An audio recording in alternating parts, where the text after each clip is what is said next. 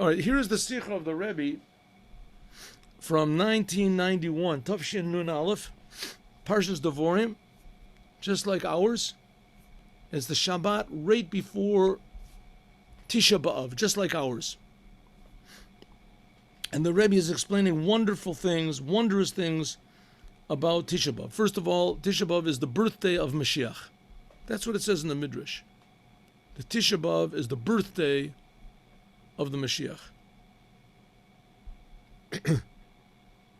And because of that, it's a special day. The birthday of a person is the day that says his Mazel Gover, it's his lucky day. So in some ways, that's the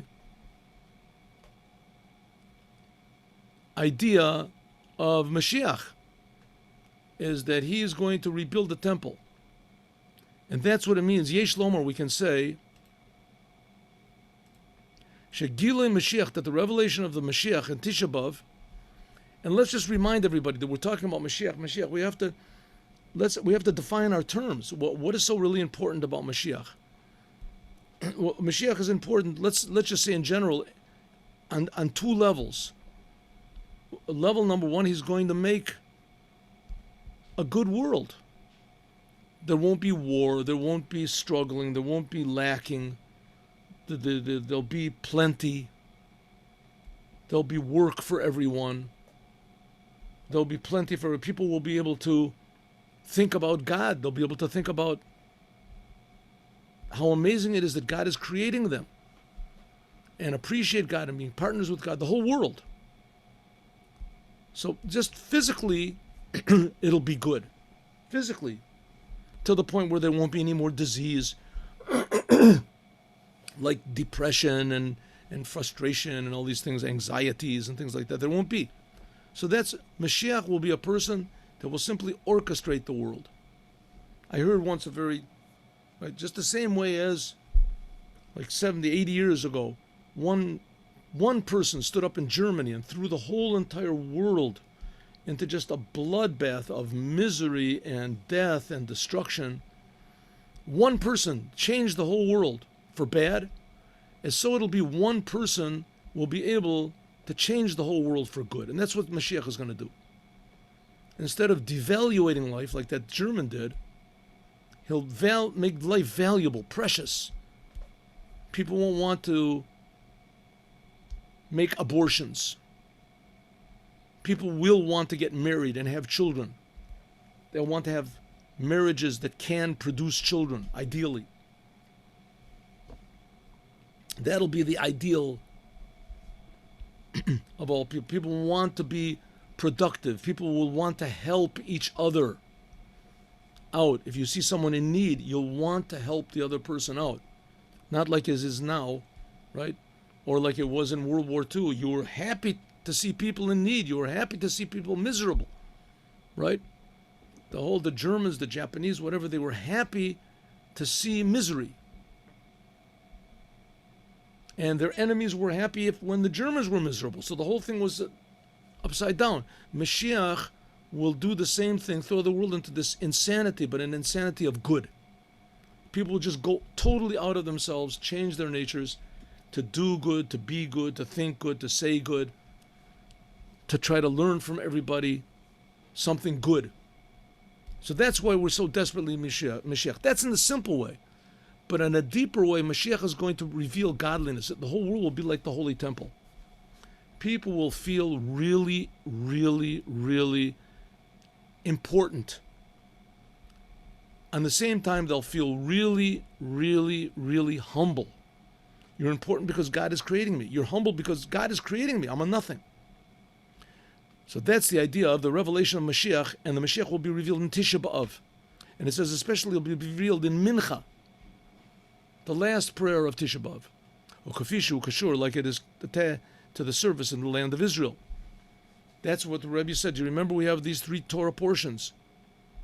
That the Torah portions that we're learning, the three Torah portions in these 3 weeks, all deal with dividing up and apportioning the land of Israel. Pinchas, Masa, V'Matan, Matot, Mas'eh, that was last week, and Devorim. It's talking about the land of Israel. one of the main features of Mashiach is going to build a holy temple and then draw the Jews to Israel. Jews are supposed to be in Israel, but they're supposed to be Jews. They have to act like Jews and think like Jews. So this is stressed. Mashiach is going to take care of that. What do we read in Mincha? We read Parshat Et Chanan. What is Parshat Et Chanan? Remember, we learned this. Oh, we learned this already. In Parshat Et Chanan, what happened over there? Moses prayed 515 prayers to come into the land of Israel. Remember, learn that? 515 prayers to come to the land of Israel. His prayers, so it seems, were not answered. He didn't go into the land of Israel. Said the Rebbe, there's no such thing.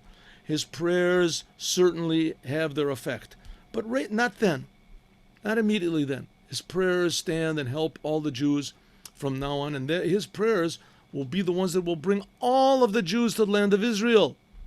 The Geula and the future redemption that's not going to be afterward. So let me just stress very, very much. The Rambam says it. It's a law in Judaism. No one disagrees with this law. Absolutely no one disagrees with this law. That only the Mashiach will bring all the Jews to Israel. No one disagrees with this law. All the greatest legal experts in all times, nobody disagrees with this law. Everyone, the Beis Yosef, the Radbaz, everyone agrees. The what is it called? The Ravad, everyone agrees with this law.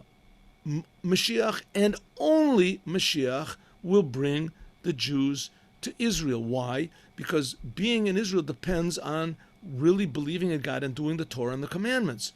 And the only way that's going to happen is through Mashiach. Mashiach is going to bring all of the Jews, inspire all of them, however he's going to do it, to do the Torah and the commandments from love. That's another commandment. You have to love God. And happiness. It says, so it comes out that the prayer of Moses that he made to get into the land of Israel, Kaimas La'olam, it stands forever. And it has its effect. Rag lo b'zamanu, it just wasn't at that time. But only after a while. When? Now. Kishetavo Geula Nitzis, that there will be the future eternal redemption. And Moses, that he's the first redeemer, he will be the last redeemer. Machnis et kol b'nei Yisrael eretz Yisrael. Of course, everybody knows the question. The Mashiach has to come from the tribe of Judah, Yehuda. It has to be Mashiach ben David. And Moshe, of course, was from the tribe of Levi. How can it be? So it says that it's a spark of the soul of Moshe will be in the Mashiach. Because the Mashiach will be a king and he'll also be a great teacher. And that was the main thing of Moshe, that he was the teacher. Al Pizah, according to this, Tovan will be understood, the eternal lesson that we have from the above for me and you. Moshe, in the beginning of his tefillah, so in his prayer, he said, Ata hachilota lirot et avdecha. God, you began... This is next week's Torah portion. But we read it in Mincha of this coming Shabbat. Moses says to God, Ata hachilota lerot et avdecha, you have begun to show us, the Jewish people, me, amazing miracles. You began. Petach liot omed umitpalel. And then he was praising God, you did a lot of miracles, and then he started to pray. Kolomer, in other words, even though there was a decree that Moshe would not come into the land of Israel, Omerlo, Moses said, I learned from you that I should pray in any case. Why? Because we did this yesterday also. Because you said, when you were after the golden calf, you said, I'm going to wipe out all the Jewish people. It said, God said, you said, Atahanichali. God said, you said to me, right? Moses is speaking to God. You said I can't get into the land of Israel? Well, I'm praying. I'm praying that you should change your mind. Where did I get this idea that you change your mind? I got it from you. And that I can change your mind, where did you get this from me? When you were about to destroy the Jewish people because they worshiped the golden calf, so God, you said to me, stand aside, Hanichali, stand aside, Moshe, and I'll wipe them all out. Moses said, what does it mean, stand aside? What, I was holding on to you? I had you tied up? Ella liftoach petach. should be. You opened up a possibility, a potential. Hayatalui litpalal alayam. You realize should be that in me, petach, I'm sorry, should be that in me depended the whole thing. You were hinting at me, God, that I should pray. Okay, so also that it's what I'm going to do now. God, you can do whatever you want to. What do you mean you can't change your mind? What, your wife will let you won't let you change your mind? You have a congregation. You have people that voted you in. No, God, you create the whole world. You do whatever you want to. And I'm praying to you, you should change your mind. Shekain, that similarly, Heyot shemedubar odo tachanisa l'Eretz Yisrael v'havas ha'geula shlema. Since we're talking about bringing all of the Jews to the land of Israel, right? If Moshe would have gone into the land of Israel back then that would have been it. We wouldn't have had any destruction of the temple, holocausts, the expulsions, the crusades, whatever it is, the inquisitions. There wouldn't have been any of these things. If Moshe would have gone in, even therefore Moses knew that all the Jewish people depended on it. So even he knew about this decree that God made. And he said, Moses, this is coming from me. You aren't going into the land of Israel. Do you get that, Moshe? Get it into your head? God is speaking. You are not going to go into the land of Israel. Nevertheless, Osha Moshe called to God said, Moses said, okay, God, you did what you have to do. Now I'm going to do what I have to do. I'm going to pray. You don't want to let me in. It can't be any worse than what I shouldn't expend the energy. Why not? You're going to kill me anyway. What's it going to make me? What? At least I'll give it a try. So he prayed. And he prayed again. V'shuv pamid and he prayed again. Ajit palel 515 prayers. Or maybe it was one prayer that came in to 500, whatever is 15 times 500. Levels of Hishtalshlut, says it. 15 times 500 levels of the creation. Closer and closer, between one Rakia and Rakia from the seven heavens and etc. from the earth. It says that from the distance between, spiritual distance between one firmament and the other, it says is 500 years. So maybe you went to 15 firmaments. Whatever it was, Moses prayed and prayed and prayed. Maybe God will negate the decree and let me go into the land of Israel. Yeteremizu, even more, even after God said, Al tosef davar alai od b'davar zeh, God said, don't stop, Moses, stop, don't talk to me about this anymore. Hari, Safek Gadol, was a big doubt. She'im gam lezeh, tziyad Moshe, it's a big doubt, even if Moses listened to him even then. Even when God said, okay, stop, enough, I'm not going to listen. What, haven't you got the point, Moses? You already prayed 500 prayers, and I'm not listening. It's also a big doubt even if then Moses listened to him. One more. Shekein aklal hu kol ma she'omer lecha bal habayit aseh chutz mitzeh. There's a general principle that says that if you're in somebody's house, you have to do everything they say. Everything they say. It says don't talk, you don't talk. It says don't eat, you don't eat. One thing you don't have to do is if he says get out of my house. That you don't have to do. That's what it says. Kol ma she'omer lecha bal habayit aseh chutz mitzeh. The house owner has no right to evict you totally. He can tell you to sit quietly, he can tell you to go down into the basement, he can tell you whatever he wants to, but he can't evict you from his house.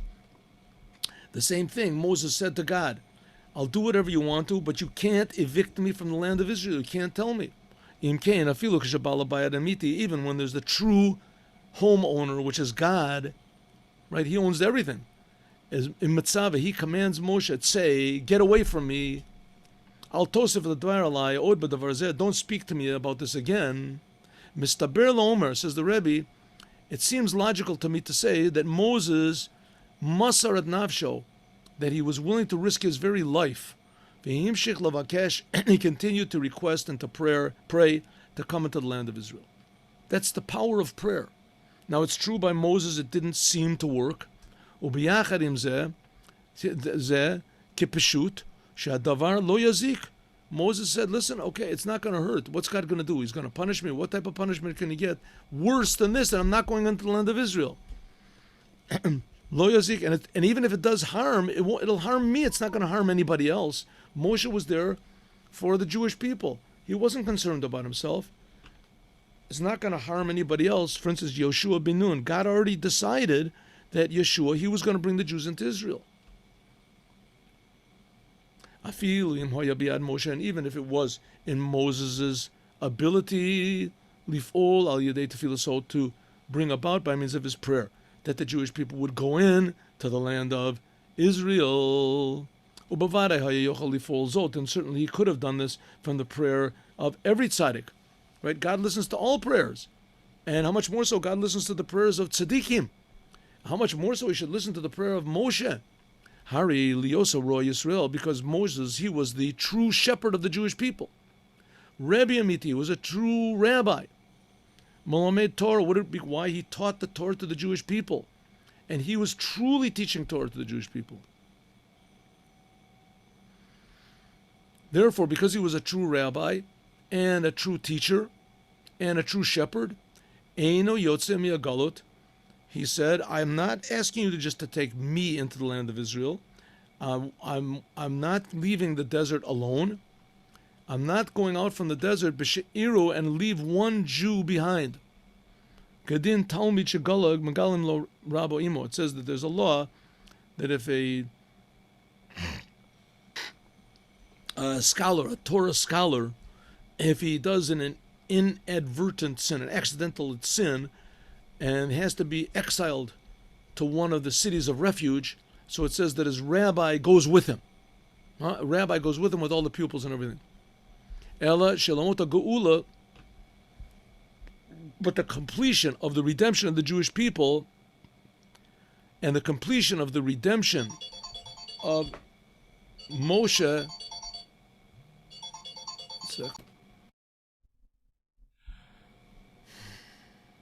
Okay, so not only that, it says that the completion of Moshe himself depends on this, that all of his pupils should come with him. How much more so the other way, that the Rav, when the Rav, if let's say if there's a rabbi that he commits an inadvertent murder and he has to be sent to a city of refuge, as all of the pupils go with him. Ubamela tova, move on. So it's understood that the prayer of Moshe to come to the land of Israel, this includes in it that all of the Jewish people in his generation should also go with him into the land of Israel in a Geula Shalema, with a complete redemption.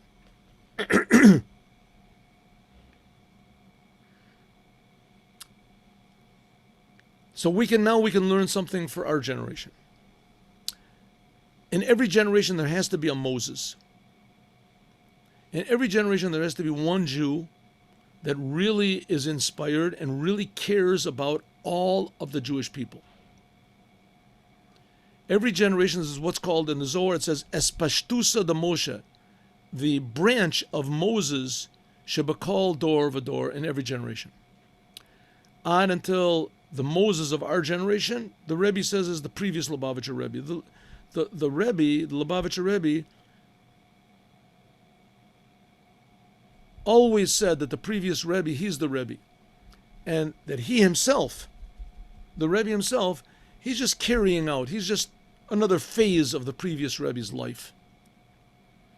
In order to understand what the Rebbe is talking about, we have to understand a little bit about who the previous Rebbe was, and now we haven't got the time to do that. But nevertheless, the self-sacrifice of the previous Lubavitcher Rebbe, and also his genius and his erudition and his sensitivity and his bravery to stand against Stalin and to come to America and start this whole crazy outreach movement to go into the streets and to spread out Judaism, that was the Mashiach. Alderach says similarly in regard to Moshe, Sheyeshnu b'kol echad. In addition to that, in every single Jew, there is the level of Moses in every Jew, just like there's the Mashiach in every Jew. Shemabli habet, that every single Jew has this genuine connection to God.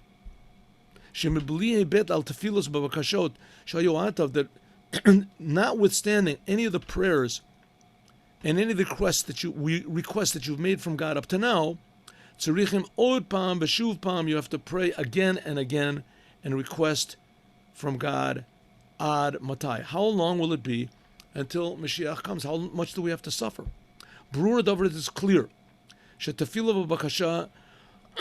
that all prayers and all requests from God will be answered. And even more, that's when we pray, that's what we're hoping for, immediate. And that God doesn't answer, if he doesn't answer, that's a big question. Big question. But it shouldn't it shouldn't in any way discourage us. Because every prayer we are certain and we hope, and we don't look at the negative things in the past. Exactly the opposite. We say, God, listen, I've prayed 500 times for this thing to happen. If so, that's a lot of prayers. I think this is enough. You should listen now. And if God forbid, does not listen now, say, okay, God, that's 501. I've got a lot of merits, but take it from yad immediately. That God will give us a free gift. That's what et chanan means. Chanan means chen, to give a free gift. Ein chanun, except for a free gift. In other words, God, I'm not asking you to answer the way I want. I'm asking you to answer the way you're infinite. Shalo be'erich la'avoda. You should give an answer totally incommensurate to what I'm doing, right? It's like a person who works at a job and he gets $50 an hour and he works for 10 hours. And at the end of the work, he says, okay, $50 an hour, you work for $10, 10 hours, that comes out to $1 billion. What?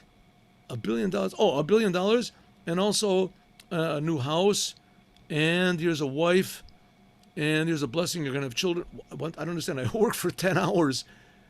You don't owe me so much. You owe me. I'm not giving you what I owe you. I'm giving you a free gift. That's what we're asking God for. Et chanan.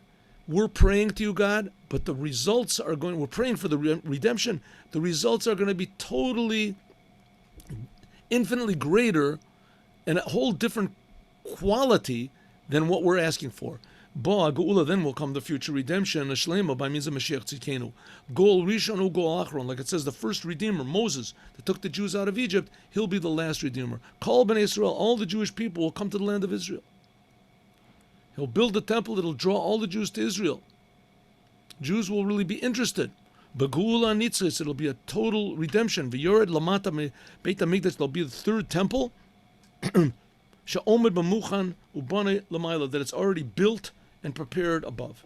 Inyan zeh, this whole thing idea is even more strengthened. Kasher nimsaim be'et b'bayit meshulash. We're now found, the Rebbe is speaking now from 770 in America. Says this place, 770 in America, this is what's called a triple place. It's a Beit Knesset, it's a Beit HaMidrash, and it's a Beit Maisim Tovim. It's a place where they learn, it's prayer, Beit Knesset. It's a place where they learn Torah, it's 770, and it's a place where they do good deeds. They bring people in, put tefillin on them. And especially it's the house of the previous Lubavitcher Rebbe. He lived there that was his headquarters for like 10 years. Moshe b'Shebedoro, he's the Moses of our generation. Rabbi Yosef Yitzchak. Here's a picture of him, just for you. Let's have a nice picture here. Oh, there we go.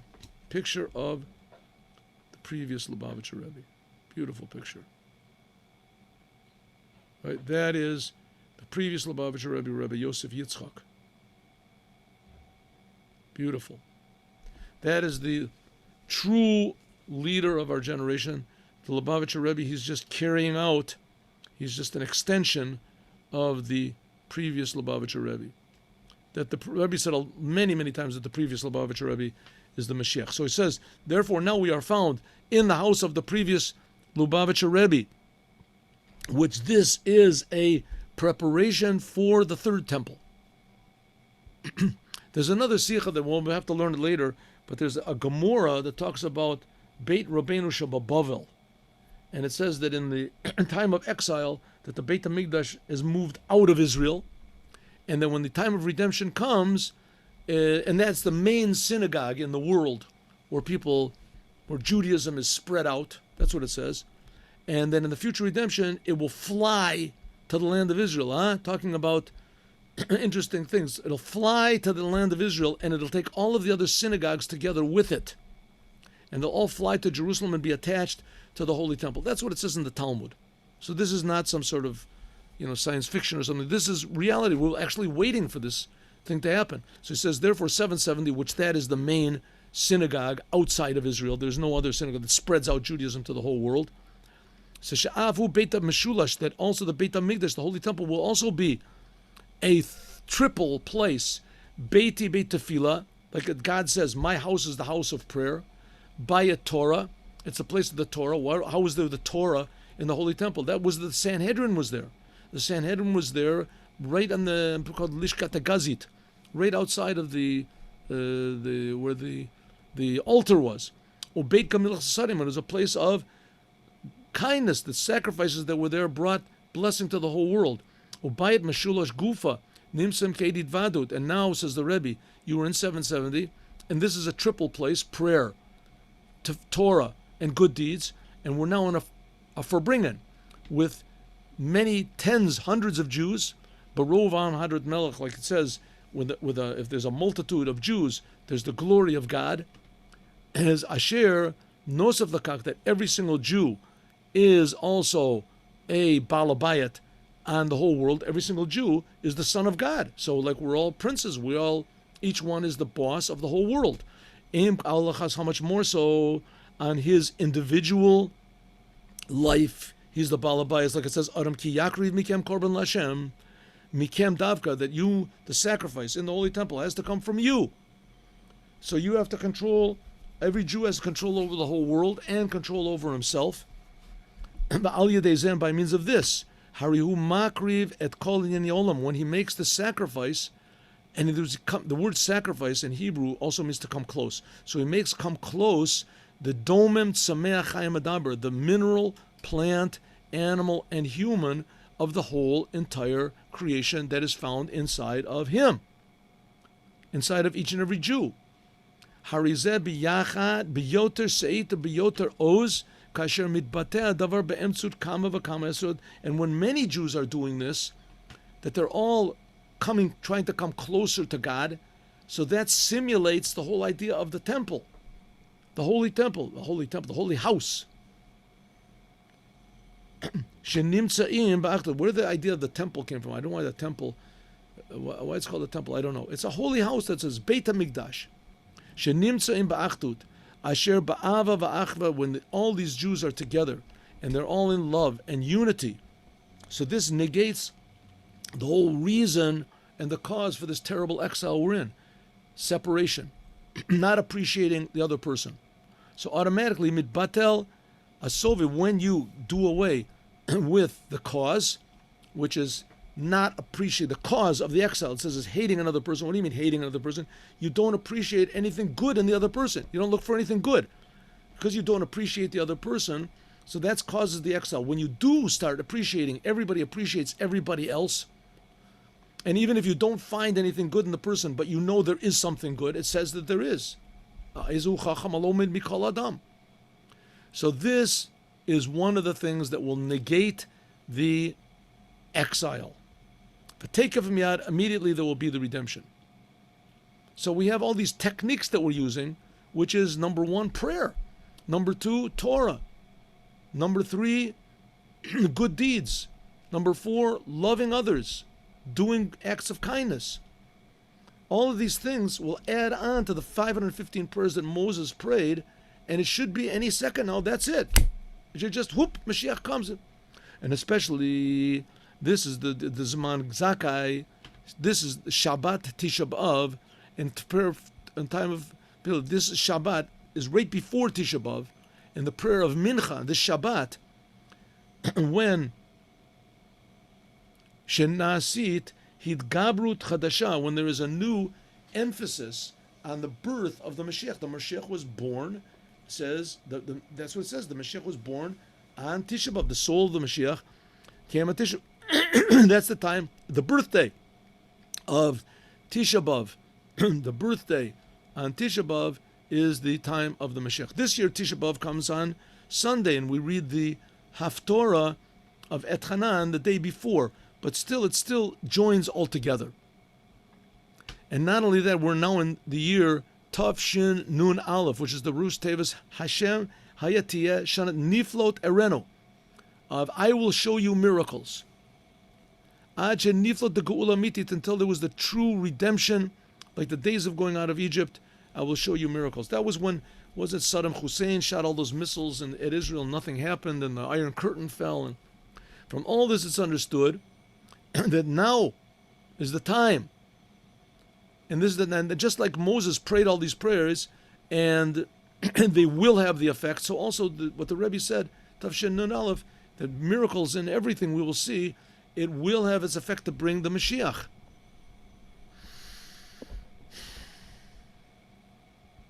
From all this we can understand that right now is the time, the most propitious and the most, how do you say, deserving time to bring the Mashiach. Which that's really relevant about everything, but every time. But especially when we have so many reasons. Ubapashtas, when a Jew, every Jew, should believe Ve'emunah Shlema that Mashiach Tzidkenu Melech Mebeit David, a king from the house of King David, and he learns Torah, and he does the commandments like David did, and B'Torah, that he will be, and eventually his goal is to be Mashiach Vadai, certain Mashiach. How? Because he does inspire all the Jews, and he succeeds, and he builds the third temple in its place, and he gathers all the Jewish people together. Then we know for sure it's the Mashiach. Until then, we can suppose with a certainty that he's Mashiach. We can suppose. Any Jew that learns Torah all the time, knows the whole Torah, does all the commandments like as they are in the written Torah and the oral Torah, and he tries to bring all the Jews to do the same thing, we can suppose that person is the Mashiach, and we have to follow all of his orders. His goal is, we have to help him in his goal. What's his goal? His goal is that Hashem will build the third temple and all the Jews will be gathered to Israel. That's the goal. Then we know for sure this person, without any doubt, is the Mashiach. Then Nichnas Ka'et Mamish Beit HaKnesset, says the Rebbe, so we can be sure that right now the Mashiach will come into this 770 where I am. He'll come and he'll redeem us. He'll take us to our land. He'll take all of the Jews without any exception to the land of Israel, to Jerusalem, the holy city, the holy land, the holy city, the holy mountain, the Beit HaMikdash, to the holy house, Ashlishi. Kamur, like we said before, immediately this will happen. Berega Zeh Mamish, B'Shabbat Tisha B'Av, and this Shabbat Tisha B'Av, 1991. Kach, that the Asiri B'Mincha Tzav, that the 10th day of Av, and the 10th day of Holy, is holy, it will be already holy. It'll transform to a Yom Tov, V'Sasan, V'Simcha.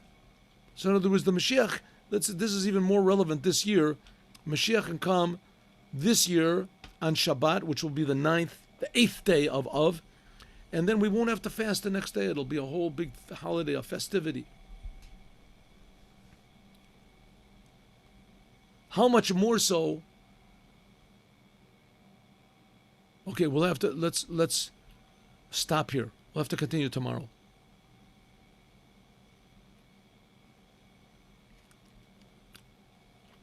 Right? The Rebbe is saying how much more so the 11th day of Av and the 12th day of Av. Let's just do this. Hagam, even though that I believe that Mashiach will come today, and the Torah tells a Jew that you must do everything that you have to do complete according to what it is now.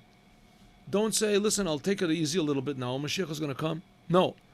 We have to do everything until Mashiach comes. Every instant we have to fill with working to bring Mashiach. Kolel asiyot hachanot matimot making preparations for all of the holy things that for tomorrow. In other words, don't think you shouldn't build buildings and start plans and everything. Start to build buildings. In order to build a building, it's going to take a year. And you said Mashiach is supposed to come right now. He says, that's not your problem. You do what you have to do. Mashiach will come immediately. But meanwhile, every single instant has to be done to make the world a better place, according to your ability. And leave the rest up to God. Leave the rest up to Mashiach. The actual coming of the Mashiach, the actual arrival, that depends on Hashem. Preparing for it, encouraging it, making it come sooner, that depends on us. And that's what we'll continue, God willing, tomorrow from Yud. Let's just do the Yom Yom. 1 second. I shouldn't have done that. 1 second. Here we go. No. 1 second. I made a mistake. Here, let's do the share thing again.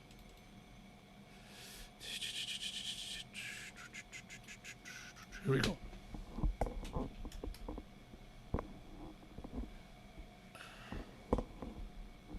Yom Yom.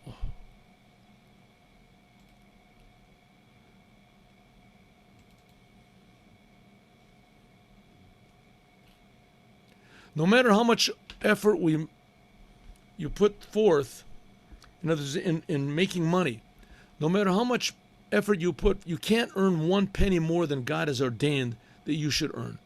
You have to do what's necessary, but you have to remember that your work is just a preparation. It's just a vessel. The main thing is God's blessing. And that blessing comes not by being clever or smart. It means doing God's commandments, praying with a minyan, observing Shabbat beyond the minimum, meticulous observance of kashrut, and having children instructed by religious teachers. And then put whatever you want into your business. That's the main thing. Then put whatever you want to in your business, and your business should be nice, and it should be beautiful, and it should be intelligent, and you should have advertising and all the things. But the main emphasis has to be on the one who gives the blessings, and that is God through his Torah and commandments. Have a good day with Moshiach Now. 3 o'clock, God willing, will continue. Thank you. Shalom uvracha. Shalom uvracha. Thanks, Herschel. Good to hear from you. Good to see you. We had a little bit of troubles, but we overcame them. We did it. 1 second, Mashiach will come. Shalom uvracha.